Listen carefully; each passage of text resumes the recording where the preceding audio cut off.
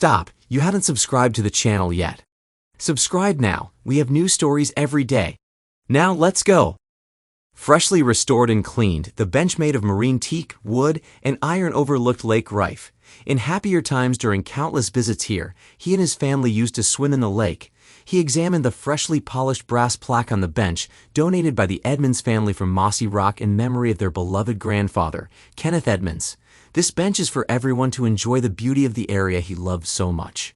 As a native of this place, Lewis read the inscription and let out a brief, sharp, and bitter laugh. He knew why old Kenneth loved this spot, especially this lookout where the bench was strategically placed in his honor. From this spot, Kenneth would often sit and gaze wistfully at the crystal-clear blue water that had submerged his childhood home several decades ago when the Tacoma City Light Company built the Mossy Rock Dam to generate electricity for the city. Lewis knew that the town of Rife was somewhere down there, but it now lay 60 meters below the shimmering surface of the lake, which currently reflected the magnificent blue sky and scattered clouds. Under the forest canopy, various native pines grew surrounding the lake. Some of the western white and ponderosa pines soared into the sky, reaching heights of over 36 meters. In his childhood, Lewis always dreamed of climbing to the top of one of them to see if he could touch the endless sky. He had a cherished memory of his late father. Once, when he was a small boy, he and his father lay on their backs by the lake, resting. Their old bamboo fishing rods were propped against a tree, set for salmon, which thrived in these waters. They looked up at the sky, admiring the astonishing work of nature while resting. He told his father about his desire to climb to the top of one of the pines. His father remained silent for a few minutes, not even acknowledging Lewis's statement. Just when Lewis thought that his father must have missed his words entirely, he started humming a line from a song, "Forgive me while I kiss the sky." His father was a terrible singer. He couldn't carry a tune to save his life, but that never stopped him from singing. As his father's voice repeated the line, teenage Lewis glanced around awkwardly, praying that no one else would witness the singing. However, in adulthood, that moment became a fond and indelible memory. Both of Lewis' parents were lost to cancer when he was still very young. That fact, along with his understanding of genetics, became one of the reasons for this meeting. Life is too short. Now Lewis' attention was drawn to the lake itself, nearly 23 miles long. It was so deep that no light could penetrate the darkness enveloping the once bustling, tight-knit community of Rife. The darkness hid all traces of its existence, as it would never again be visible in the light. Lewis considered this a fitting metaphor for his marriage. To any passerby unfamiliar with the nightmare that Lewis had been living in recent times, it might have seemed like he was peacefully soaking in the solitary beauty of the warm autumn weather that occasionally visited the Pacific Northwest. But locals still refer to this phenomenon, despite its current political incorrectness, as Indian summer. When it arrives, there is no more beautiful time or place on earth. It almost makes the 9 long months of dreary rain seem bearable. Although Lewis appeared calm on the outside, inside he was in turmoil. He had to go through this nightmare alone. He was an only child, and he didn't have many friends outside of the fire station.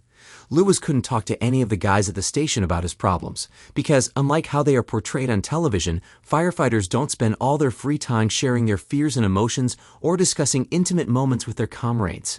No one dares show weakness in front of others, fearing that they might lose trust. Their lives depend on each other. Even a moment of hesitation caused by uncertainty about whether they can trust someone to act correctly in extreme situations could prove fatal. No, in this, Lewis was completely alone. He had deliberately arrived earlier because, truth be told, he was counting on the healing power of his beloved lake and the magical natural balm of nature to help him get through this meeting, requested by his soon-to-be ex-wife. She actually demanded it, and his lawyer said it would be in his best interest to grant the request. It will look good in family court, his lawyer advised. Besides, his lawyer was increasingly frustrated by Blaine's constant attempts to create obstacles to delay the inevitable. Lewis couldn't understand why Blaine continued to insist that their marriage could survive her madness. She wanted her lawyer to demand mandatory counseling. It didn't matter to her that, in the state of Washington, a family court judge couldn't order it. Both lawyers had tried in vain to reason with Blaine, but to no avail. Lewis thought that Blaine definitely needed some kind of therapy, but that was no longer his concern. Well, he sighed to himself, today it will all end anyway. Blaine might have requested the meeting, but Lewis insisted on the location. He knew that the summer crowds were now just a distant memory, so most likely the place would be theirs alone. This meeting would not go the way Blaine expected. He cast a brief glance at his watch. She was supposed to arrive in a few minutes, but he knew he actually had plenty of time. On the one hand, Blaine would have to drive a considerable distance on Highway 12, which she absolutely hated. She was never on time for anything, including their wedding. She was an hour late for that. He let out the same cynical chuckle as the memory of it quickly came to mind. He thought he should have left the church after the 20-minute delay, as his best man had jokingly suggested more than 13 years ago, but he quickly dismissed the thought. The truth was, the first 12.5 years of his marriage to Blaine had been like a perfect dream. Lewis loved his 2 daughters, Rainier and Lacey, more than life itself. Rain, as she was called, was a daddy's girl through and through. She was already studying and preparing to become a firefighter, just like her adored father. On the other hand, Lacey was a mini-me of his wife. For Lewis, this was just one of many challenges. Family courts don't like to separate children from their parents. This, along with the fact that in Washington state family law, there is no set age allowing a child under 18 to choose which parent to live with during a divorce. However, according to his lawyer, not all hope was lost. Despite the difficulty, Washington's divorce and child custody laws allow a husband and wife to jointly present a parenting plan to the court. If the judge finds the plan detailed, comprehensive, and financially fair for the children, they usually sign it without changes. The trick, his lawyer told him, was to get his wife to agree to the very complicated proposal that Lewis wanted her to accept. Lewis was a realist. Even before his lawyer confirmed it, he understood that his job as a firefighter in the Riverside Fire Authority, known as RFA, would almost certainly prevent him from gaining primary custody of his daughters. The dangerous nature of the job and the rotating work schedule were nearly insurmountable obstacles when considering custody arrangements. It took time and money, lots of money, to develop the plan he put into action. He closed his eyes and mentally returned to that awful day several months ago, when his nightmarish existence began. He still couldn't decide if his current life was an episode of The Twilight Zone or the movie Groundhog Day. His reality was both surreal and horrifyingly repetitive. "Lewis, honey, can we talk in the living room? Please?" He had just finished his pleasant nightly ritual of putting the girls to bed in their shared bedroom when he heard her voice. Though he needed sleep as his next 24-hour shift started early the next morning, he was eager to talk to his wife. He hoped Blaine wanted to continue discussing their shared desire to buy their own house. The 4 of them lived in a rented 3-bedroom apartment, and they were both eager to finally purchase a home of their own now that their careers were secure. They had agreed that it would be much better to raise their daughters in their own home, as it provided more stability. On his way to the living room, he stopped by the kitchen and grabbed a bottle of water from the fridge. He sank down onto the worn-out sofa, inherited from his parents, and turned toward Blaine, crossing his right leg over his left so he was facing her. For a moment, he gently tousled her loose blonde hair, which always covered her ear, then carefully tucked it behind her ear and rested his hand on her shoulder. "How are you, honey?" he asked. After that, he remembered very little. His memories of their conversation were mostly fragmented, like piercing stabs to the heart in a kaleidoscope of shock, disbelief, and anger. However, his reaction remained crystal clear. Even months later, he was still embarrassed by how shockingly weak and emotional his response had been. He cried. He actually cried in front of her. It was so pitiful that he could feel Blaine's pity for him. Stumbling, he left the house and walked away from the source of his torment. One good thing about being a firefighter is that there's always a free bunk to sleep in. No one ever asked questions about his constant presence. Everyone knew the divorce statistics in the profession. A few days later, he managed to piece together what his wife had told him. She hadn't asked for permission. She had simply stated what she was going to do. When he finally returned home, he planned to beg his wife not to tear their family apart. He was ready to plead with her to go to counseling with him to find a way to save their marriage. But before he could even start, he was ambushed by his loving and innocent daughters. Blaine had promised him they would meet at her parents' house. He turned and looked at his wife, who stood there with a sly, victorious smirk on her face. The love he once felt for her had long since vanished. In its place had come a burning hatred. He looked at Blaine, and his usually calm face twisted with rage, bordering on murderous intent. For a moment, her look of superiority faded, replaced by fear. But it was at that very moment that his daughters began to attack him. In their blissful ignorance, they begged him to explain why he was abandoning them. He had to literally tear himself away from Rain and Lacey's desperate embraces as they pleaded, screamed, and cried. Rain was the hardest. "Dad, how will I ever become a firefighter without you?" He knew that this scene would replay in his mind over and over until the day he died, no matter the outcome. However, Lewis also knew that the alternative for his girls in the long run would be far worse. In the end, he was grateful to Blaine. In a single moment, she transformed him from a weak victim into a man whose path was clear. One fine day, Lewis silently thanked her. He regained his dignity and took the first step toward recovery. Today, he thanked her. "I know this is hard for you girls, and I hope one day you'll understand. It's just that your mom and I have grown apart. We want different things in life, but I promise you I will never abandon you. I will see you often and love you forever." He didn't look back at Blaine even once. When he finally freed himself from his daughter's embrace, he purposefully walked out of the apartment for the last time. From that day on, Lewis hadn't spoken a single word to his soon-to-be ex-wife. Wisely, he let his lawyer speak for him. Lewis didn't know whether he had dozed off or become so lost in his thoughts that he simply lost track of time. "Hello, Lewis. Thank you for meeting me. Our daughters miss you very much." Her voice, which had once been a comforting and caring greeting, now grated on his mind like nails on an old chalkboard. He shook his head to clear his thoughts. It was time for the show. "My lawyer told me to do this, Blaine. In a perfect world, I'd never have to look at your ugly face again." He didn't even glance in her direction. He kept his eyes fixed on a lake, drawing strength from its calm familiarity. He heard her gasp in shock. Yes, she thought this meeting would go differently. Lewis involuntarily smiled and looked at her. "I know this is on your agenda, Blaine, but I need to tell you something before you start. This is our last conversation on the subject. If you repeat even one of those ridiculous reasons you said over and over, claiming it will somehow make our marriage stronger, if you tell me again how much you love me, if you say that it's just my fragile male ego getting in the way, or even hint that I'm the one responsible for destroying the family, I will get up and leave immediately.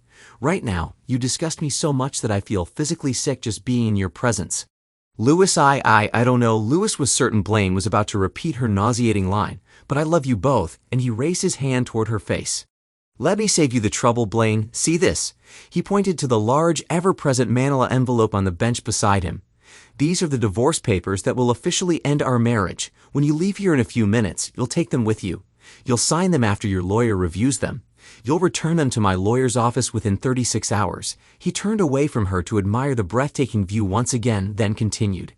"Your lawyer will confirm that everything here meets the state's requirements for a parenting plan. But I don't want. And I don't want a cheating wife, so in the end, we're both getting a divorce. Now pay attention because this is important." Lewis sighed in frustration, though deep down he knew Blaine would make things even more complicated than they needed to be.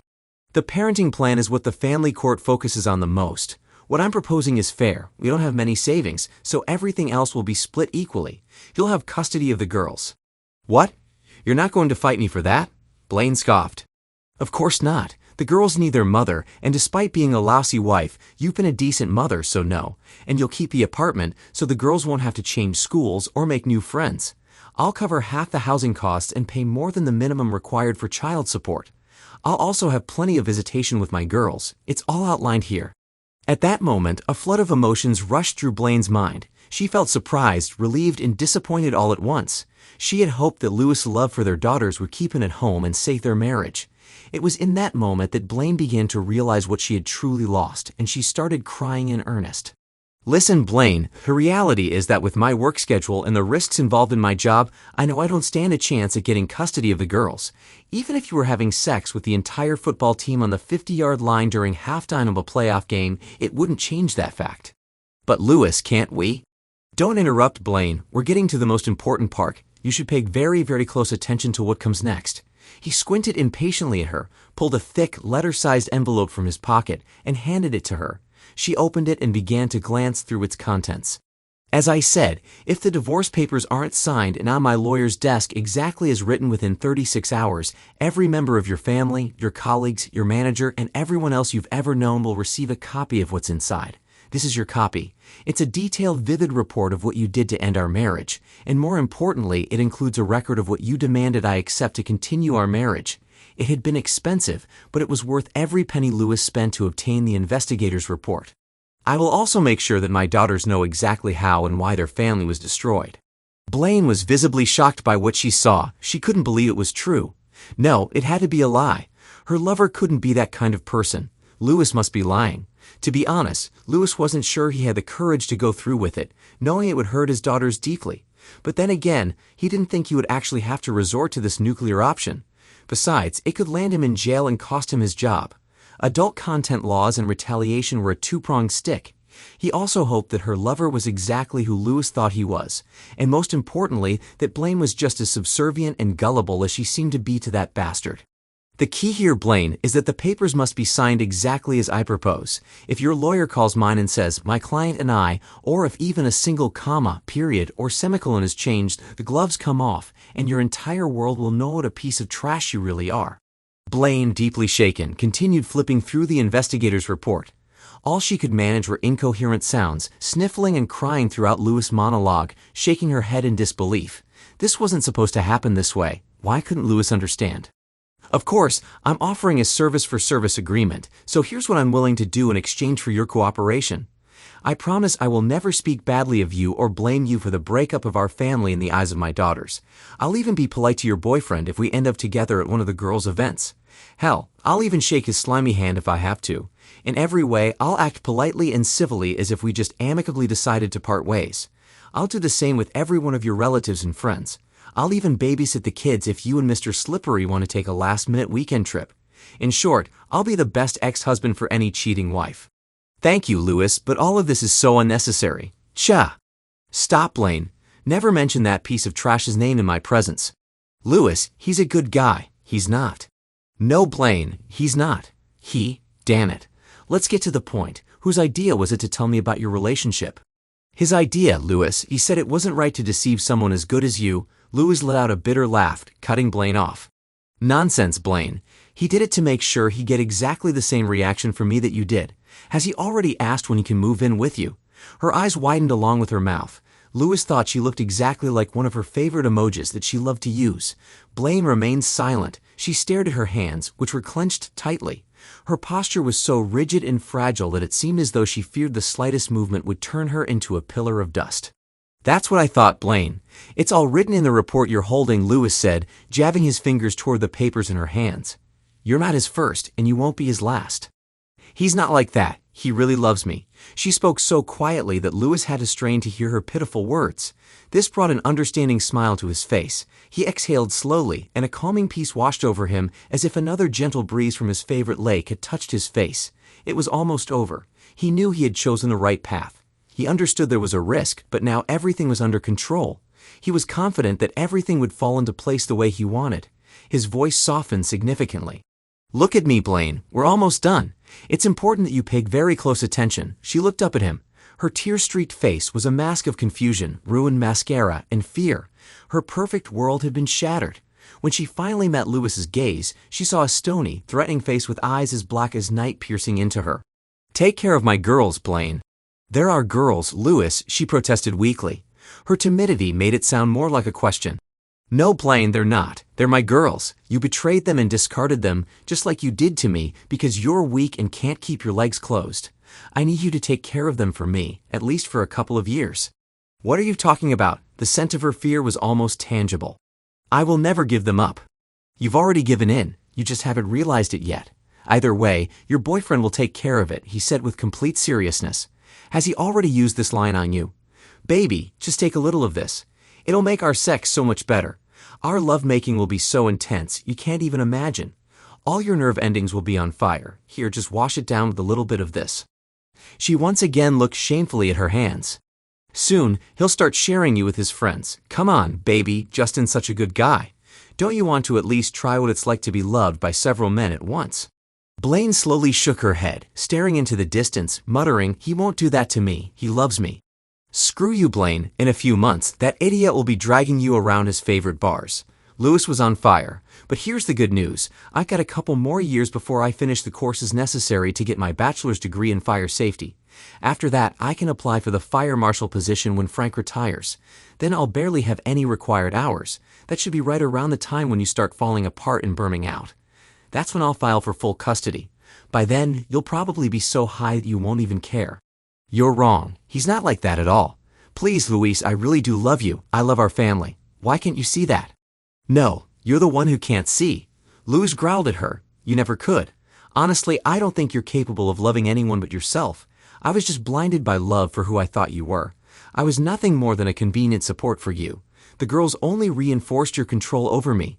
When your idiot boyfriend came along with his magic tool, you played right into his hands. You threw your family away like yesterday's spoiled milk. Maybe we could start over, she suggested with tears in her eyes. No, Blaine, we can't. There's nothing left to start with. Besides, you won't give them up, because then your failures as a wife, mother, and person would be on full display. No, you'll continue pretending that you and that jerk are happy and in love. You're consciously walking a path of self-destruction because you have no choice. Because if you had a choice, deep down, you would have to admit to yourself what a miserable person you are. If you dared to do a self-assessment, you wouldn't be able to live with what you discovered. Now you have no other option but to live with who you are for the rest of your pathetic life. But if I'm wrong and you both truly love each other, I'm sure it won't be long before your magical lover starts hinting that the need to take care of the kids is getting in the way. They'll probably start with something like, "Why don't we just let Louis take them more often?" You won't argue with him because you won't want to give up fantastic sex. That's the same thing you told me when you said I would have to share you with that parasite. If he eventually threatens to leave you after suggesting, persuading, and finally promising that he will go if you don't give the girls to me, well then, you'll be back to square one, right? He smiled at her confusion. In any case, I will win and you will lose. It's just a matter of time, and I'm a patient guy. Louis looked out over the azure surface of the lake again. For a moment, the breeze died down. The water was as smooth as glass in a cabinet. It was time to leave. He vowed to himself that he would come back here often with his daughters. His girls liked to hear, but that wasn't enough. He wanted them to love this place as much as he did. He stood up, not because he was done with her, but because there was so much adrenaline in his body that his central nervous system wouldn't let him stay still. He needed to discuss one last important detail with her. Louis awkwardly walked around the bench. He placed his hands on the smooth, polished teak on either side of Blaine's shoulders and held her firmly. He leaned in slowly to whisper in her ear. In a quiet voice, full of malice yet calm fury, he said, "Tell your little jerk that if I get even a hint or a simple suggestion that he is behaving inappropriately with my daughters, I will kill him. It doesn't matter what it is. I will kill him. Tell him he won't have to sneak around or look over his shoulder for me because I will come straight for him. I want him to realize in his final moments that it was I who put an end to his pathetic fucking existence on this earth. The same goes for you, Blaine." His voice began to tremble and his throat ached from the tension. The pressure of his grip intensified as adrenaline surged with each word he spat at her. "You will tell him this, Blaine." With the last word, a loud crack echoed as the solid wood succumbed to Louis's deadly grip. Blaine flinched sharply. Louis looked down curiously at the shattered piece of the lattice. Was it dry rot? For her part, Blaine didn't look at him. She continued to sob and whimper. Her body trembled as if she were suffering from hypothermia. "Remember, Blaine, 36 hours, not 37. And now I'm leaving." He looked at his hands. His nails were broken. His hands bloodied and covered in splinters. Strange. It doesn't hurt at all. For a moment, he stared silently at Blaine. All he saw was an empty shell of something that once was a person. He took one last look at the surroundings, inhaled the fresh mountain air deeply, then turned and walked away. Thanks to everyone who took the time to listen to today's stories. If you enjoyed it, please consider liking and subscribing if you haven't already. Feel free to share your thoughts on the events in the comments below. Take care.